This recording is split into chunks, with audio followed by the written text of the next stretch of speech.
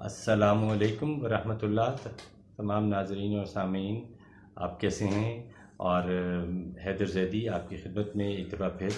اپنے چینل اقبال اردو سے حاضر ہے، اور آج ہم دیوان غالب کا پہلا شعر اس سے ادب کے موتی چنیں گے، اور انشاءاللہ آپ کو اس پرلطف نشست کا بہت مزہ آئے گا۔ نقش فریادی ہے کس کی شوخی تحریر کا، نقش فریادی ہے کس کی شوخی تحریر کا، کاغذی ہے پیرہن ہر پیکرے تصویر کا۔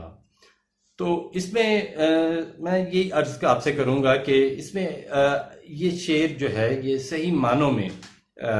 عشق حقیقی میں گندھا ہوا شعر آپ کو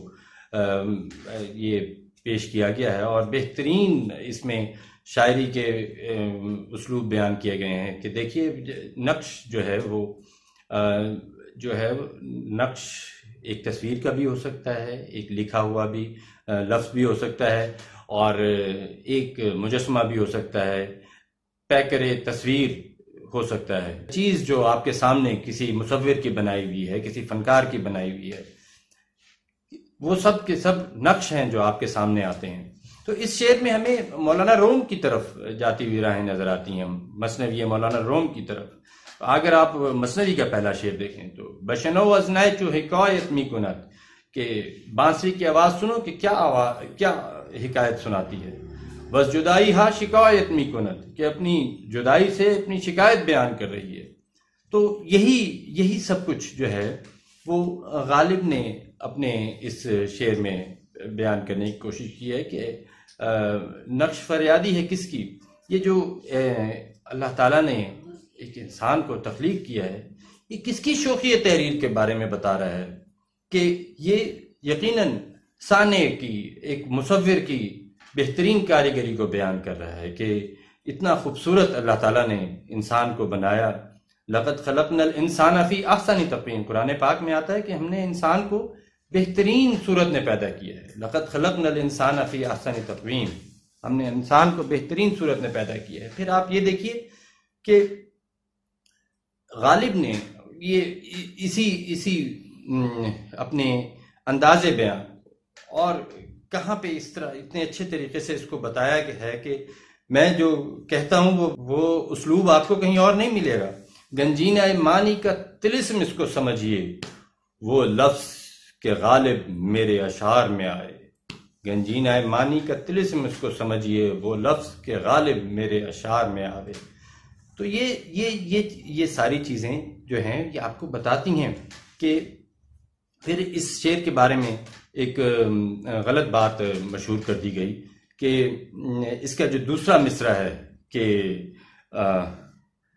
کاغذی ہے پیرہن ہر پیکرے تصویر کا، تو کاغذی پیرہن کے بارے میں یہ کہا گیا کہ یہ ایران کی ایک روایت تھی، اس میں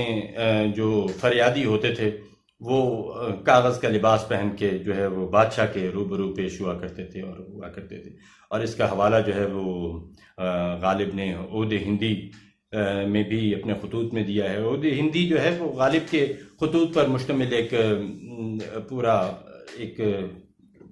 سرمایہ ہے ہمارے پاس، جس سے ہم دیکھتے ہیں کہ غالب نے خطوط میں جو لفظ استعمال کیے، جو انداز گفتگو تھا ان کا، جیسے گویا سامنے ان کا جو مخاطب ہے وہ سامنے ان کے بیٹھا ہوا ہے، تو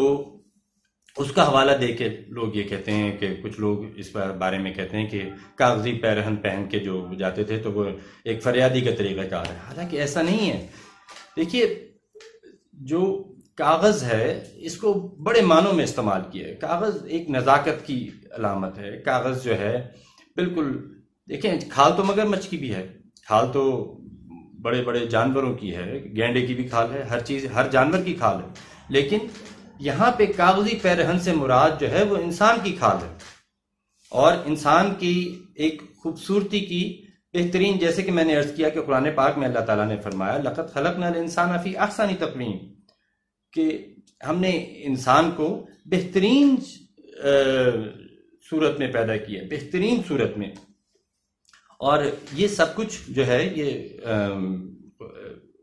غالب نے بیان کیا ہے۔ اور یہ کہ یہ سارا کچھ کیا بیان کر رہا ہے، یہ کیا فریاد کر رہا ہے، یہ فریاد یہ کر رہا ہے کہ دیکھو اس کا بنانے والا کون ہے، جس سمت بھی دیکھوں نظر آتا ہے کہ تم ہو، اے جانے جہاں یہ کوئی تم سا ہے کہ تم ہو۔ تو اس بات کو جتنا آپ بیان کرتے چلے جائیں گے اتنا وقت کی ہمارے پاس یقیناً اس کی قلت ہے، لیکن یہ کہ اس شعر کو اگر آپ دیکھیں تو آپ کو ایسے لگے گا کہ بس جیسے سب کچھ ایک غالب نے اللہ تعالیٰ کی اس پورے شعر میں اللہ تعالیٰ کی توصیف و تعریف بیان کی ہے۔ نہ تھا کچھ تو خدا تھا، غالب نے ایک اور جگہ فرمایا نہ تھا کچھ تو خدا تھا، نہ ہوتا کچھ تو خدا ہوتا، ڈبویا مجھ کو ہونے نے، نہ ہوتا میں تو کیا ہوتا۔ تو ویڈیو امید ہے آپ کو آج کی ویڈیو پسند آئی ہوگی، اور آج کی ویڈیو کا ہم اختتام کرتے ہیں، اور باقی غالب کے اسی پہلی غزل کے اشعار کا ہم بعد میں مطالعہ کریں گے، اور انشاءاللہ اس سے بھی آپ کو بہت لطف آئے گا۔ اور اجازت دیجیے، السلام علیکم ورحمۃ اللہ۔